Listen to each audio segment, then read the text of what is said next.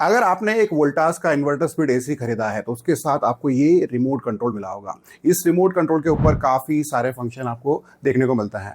बहुत बार आपको टेक्नीशियन की ओर से ये फंक्शन क्लियरली डिटेल में नहीं बताया जाता है और फिर होता क्या है कि दोस्तों आप रॉन्गली तरीके से अपने एयर कंडीशनर को रिमोट कंट्रोल से यूज़ करते हैं और उसका रिजल्ट आपको उस हिसाब से देखने को नहीं मिलता। लेकिन आज के इस वीडियो में मैं आपको वोल्टास के इस इन्वर्टर स्पीड एयर कंडीशनर के इस रिमोट कंट्रोल के एक एक फंक्शन के बारे में डिटेल में बताऊंगा। तो ये वीडियो आपके लिए काफ़ी यूजफुल होने वाला है, इस वीडियो को एंड तक जरूर देखेगा। तो दोस्तों वोल्टास की इस एसी के रिमोट कंट्रोल का यूजर इंटरफेस कुछ इस तरीके से आपसे सामने आता है।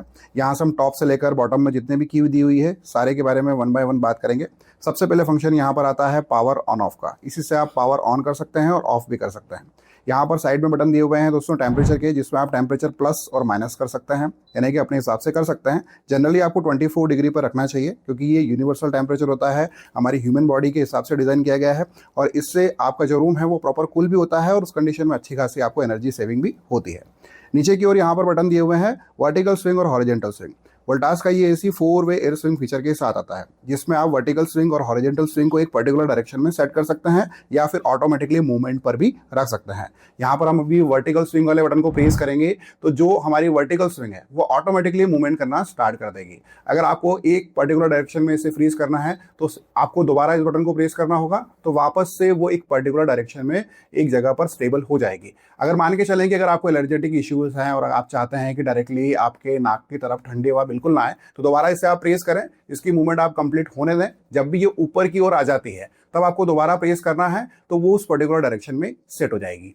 आप देख सकते हैं कि मूवमेंट जो एसी का है वो ऊपर की ओर हो चुका है। हम यहाँ पर दोबारा इसे प्रेस करेंगे तो ये जो वर्टिकल स्विंग है हमारी एक पर्टिकुलर डायरेक्शन में सेट हो गई है। सेम आप जो दोस्तों हैं वो हॉरिजॉन्टल स्विंग को भी एसी सेट कर सकते हैं। जो अंदर वाली स्विंग है उसके मूवमेंट को भी आप एक पर्टिकुलर डायरेक्शन में फिक्स कर सकते हैं और अगर आप मल्टीपल टाइम वर्टिकल स्विंग और हॉरिजॉन्टल स्विंग को प्रेस करते हैं तो ये ऑटोमेटिकली मूवमेंट पर भी सेट हो जाती है, जिससे कि आपके रूम के कोने कोने में ठंडी हवा सर्कुलेट होती है। नेक्स्ट बटन यहाँ पर आता है दोस्तों मोड वाला ऑप्शन। मोड वाले ऑप्शन में आपको डिफरेंट मोड मिल जाएंगे। सबसे ज़रूरी मोड होता है यहाँ पर कूल मोड, क्योंकि कूल मोड से ही हमें एसी से कूलिंग मिलती है। नेक्स्ट मोड यहाँ पर आता है ड्राई मोड।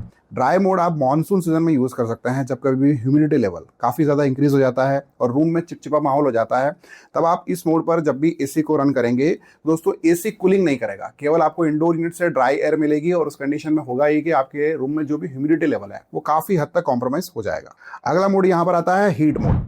हीट मोड जो होता है वो केवल हॉट एंड कोल्ड एसी में ही होता है। हॉट एंड कोल्ड एसी के अंदर आपको 2 मोड मिलते हैं जनरली कूलिंग के लिए, और समर सीजन में चाहें तो आप उससे हीट भी ले सकते हैं।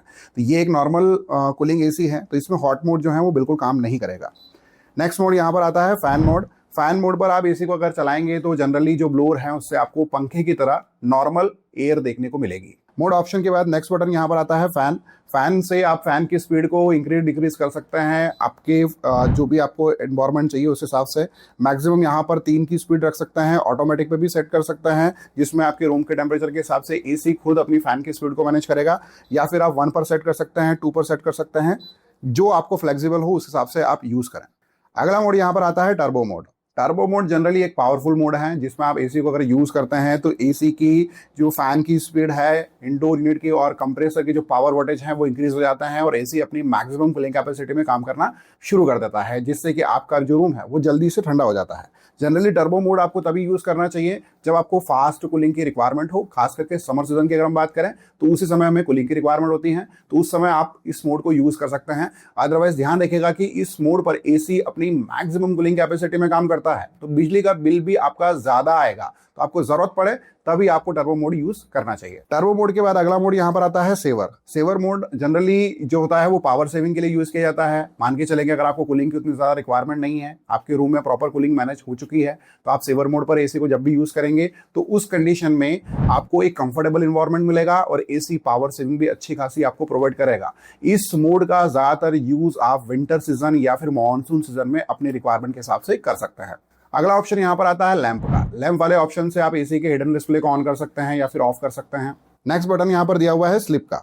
स्लीप वाली प्रोफाइल्स को जब भी आप एक्टिवेट करेंगे तो ये बहुत सारे एयर कंडीशनर में 8 घंटे की प्रोफाइल होती है, कुछ में आपको कस्टमाइज करने का ऑप्शन भी देखने को मिल जाता है। अगर आप मान के चले कि कस्टमाइज करते हैं तो फिर आपको टाइमिंग जो है वो सेट करनी होती है, एप्लीकेशन के थ्रू आप कर सकते हैं। बहुत सारे ब्रांड के एप्लीकेशन, जैसे कि पैनासोनिक की हम बात करें तो उसमें प्रोफाइल को आप 2 घंटे भी एडजस्ट कर सकते हैं, 3 घंटे, 4 घंटे, जो भी आपको टाइमिंग सेट करना है उसके हिसाब से कर सकते हैं। लेकिन अगर आप इस एसी में देखेंगे तो रिमोट कंट्रोल में आपको मून का सिंबल दिख रहा है। इसका मतलब ये है कि स्लीप प्रोफाइल एक्टिव हो चुकी है। स्लीप प्रोफाइल में जनरली होता है कि जो भी टेम्परेचर आपने रात को सोते समय सेट किया, मान के चलें कि आप रात को 10 बजे सो गए, 24 डिग्री आपने टेम्परेचर सेट कर दिया था। रात में जनरली होता क्या है कि जैसे जैसे रात होती है वैसे वैसे बाहर का वेदर जो है वो कंप्लीटली चेंज हो जाता है और आपका रूम एनवायरनमेंट भी कंप्लीटली चेंज हो जाता है। तो इस मोड के थ्रू एसी ये करेगा कि हर एक रेगुलर इंटरवल्स में, यानी कि 1 से 2 घंटे के बाद वो टेम्परेचर ऑटोमेटिकली इंक्रीज करेगा 1 degree.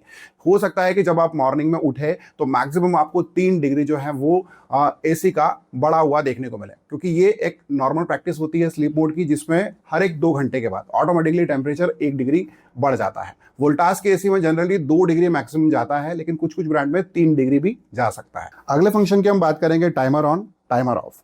Timer on already AC का पहले से हुआ है, क्योंकि हमारा एसी जो है वो ऑन मोड पर है। यहाँ पर टाइमर ऑफ फंक्शन काम करेगा। अगर आपको ये सेट करना है कि आपका एसी एक पर्टिकुलर टाइम ड्यूरेशन के बाद वो ऑटोमेटिकली ऑफ हो जाए, जैसे कि अभी हमारा एसी ऑन है और अगर हम चाहते हैं कि वो 1 से 1 घंटे के बाद, 2 घंटे के बाद या 3 घंटे के बाद ऑफ हो जाए, तो यहाँ पर से आपको जो टाइमिंग है वो देना है। आप देख सकते हैं कि यहाँ पर टाइमिंग शो हो रही है, इसको आप जो है वो 24 आवर्स तक सेट कर सकते हैं। यहाँ पर सारी टाइमिंग जो है वो प्लस वाले बटन या फिर माइनस वाले बटन से आप एडजस्ट कर सकते हैं। एक बार टाइमिंग आपने सेट कर दी, उसके बाद आपको सेट बटन पे क्लिक करना होता है। फॉर एन एग्जांपल, अगर हम 2 घंटे के बाद एसी को ऑफ करना चाहते हैं तो हम सेट बटन पे क्लिक करेंगे तो हमारा जो टाइमर ऑफ है वो फंक्शन एक्टिव हो जाएगा, यानी कि 2 घंटे के बाद एसी हमारा ऑटोमेटिकली ऑफ हो जाएगा। नेक्स्ट फंक्शन यहाँ पर आता है टेम्परेचर। टेम्परेचर वाले बटन को जैसे आप प्रेस करते हैं तो आपका रूम का टेम्परेचर कितना है वो यहाँ पर शो होता है। जैसे कि 24 डिग्री टेम्परेचर हमने सेट किया हुआ है एसी का, तो हमारे रूम में टेम्परेचर कितना है एसी ने अचीव कर लिया है, उसको अगर आपको देखना है तो टेम्परेचर बटन पर जैसे ही क्लिक करेंगे तो आपको डिस्प्ले पर शो होगा कि 26 डिग्री टेम्परेचर जो है वो फिलहाल हमारे रूम में है और 24 डिग्री टेम्परेचर हमने सेट किया है। अगले फंक्शन की बात करते हैं। यहाँ पर एक बटन में 2 ऑप्शन दिए हुए हैं और वो है वाईफाई और एडजस्टेबल। तो अगर आप सिंगल टाइम प्रेस करते हैं तो एडजस्टेबल कूलिंग मोड जो होते हैं वो यहाँ पर फंक्शन करते हैं। जैसे आप बटन प्रेस करेंगे तो पहले एडी लिखा हुआ आएगा और उसके बाद आपको ये शो होगा कि कितने टनेज कैपेसिटी पे एसी चल रहा है। तो यहाँ पर क्लियरली विजिबल हो रहा है कि 1.6 टन कैपेसिटी पर फिलहाल ये एसी वर्क कर रहा है। एक एसी में आपको 100% कूलिंग कैपेसिटी के अलावा मैक्सिमम कूलिंग कैपेसिटी मिलती है और जो कंप्रेसर होता है इन्वर्टर वो वेरिएबल स्पीड में काम करता है। तो कंप्रेसर अपने पावर वोल्टेज को एडजस्ट कर सकता है और जरूरत पड़ने पर मैक्सिमम कूलिंग कैपेसिटी में काम कर सकता है। तो यहाँ पर आप देखेंगे कि एडजस्टेबल मोड में 1.6 टन कैपेसिटी का मोड मिल रहा है। सेम टर्बो मोड भी एक जैसा ही काम करता है, बिल्कुल कंफ्यूज मत होइएगा। सेम एडजस्टेबल मोड में 1.6 टन और टर्बो मोड सेम फंक्शनलिटी में काम करेगा।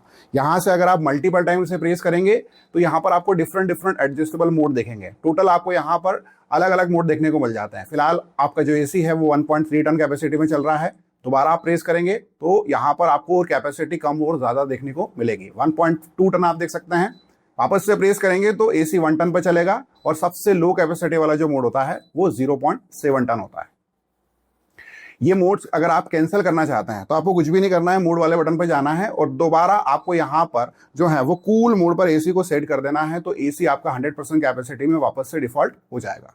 एडजस्टेबल वाले मोड में वाईफाई का ऑप्शन भी दिया हुआ है। अगर आपको एसी को अपनी वोल्टास की स्मार्ट ऐप के साथ कनेक्ट करना है तो उसके लिए 2.4 गीगाहर्ट्ज का कनेक्शन आपके यहाँ होना चाहिए, यानी कि वाईफाई राउटर होना चाहिए और वो आपके डिवाइस के पास में होना चाहिए। अगर उसका डिस्टेंस दूर है तो हो सकता है कि कनेक्टिविटी बिल्कुल भी ना हो पाए। तो आपको करना यह है कि एप्लीकेशन के अंदर जब भी आप एड डिवाइस करते हैं उसके बाद आपसे मांगा जाता है कि ए जो है वो सिंबल शो होना चाहिए। तो उसको अगर आपको एक्टिवेट करना है तो वाईफाई वाले बटन को आपको 4 बार प्रेस करना पड़ेगा, कुछ इस तरह।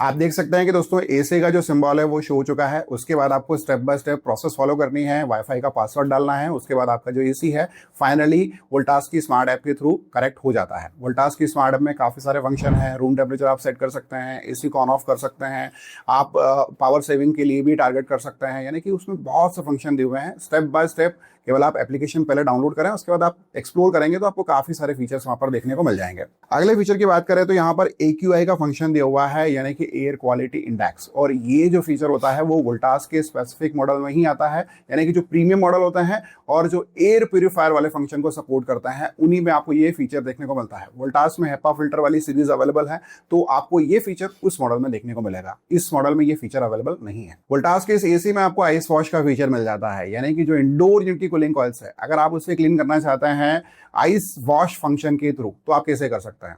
जनरली आपको एसी की सर्विसिंग जो है जब भी आप करते हैं, यानी कि फिल्टर वगैरह आपको जब भी क्लीन कराना होता है, तब आपको इस फंक्शन को यूज करना चाहिए। अगर आपके इलाके में बहुत ज्यादा डस्ट रहती है और बहुत ज्यादा धूल मिट्टी रहती है, तो उस कंडीशन में आप जो है वो 30 दिन में इस फंक्शन को यूज करें। अदरवाइज अगर नॉर्मल एटमॉस्फेयर है तो फिर आप जो है वो 2 महीने या 3 महीने में भी एक बार यूज कर सकते हैं। आपको टर्बो वाले बटन को प्रेस करना पड़ेगा 4 बार।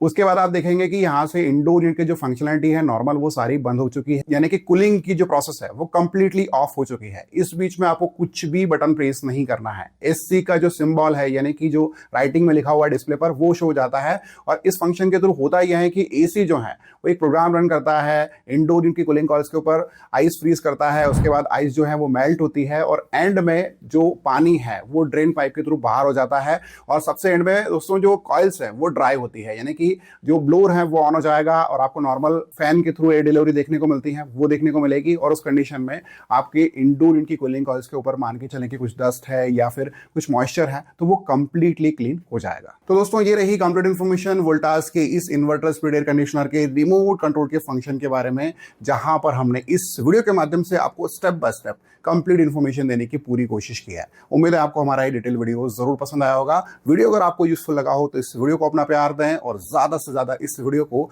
अपने फैमिली फ्रेंड्स उम्र के साथ शेयर करना बिल्कुल ना भूलें। दोस्तों आज के वीडियो में इतना ही, मिलता है बहुत जल्द एक न्यू वीडियो में। तब तक के लिए जय हिंद, वंदे मातरम।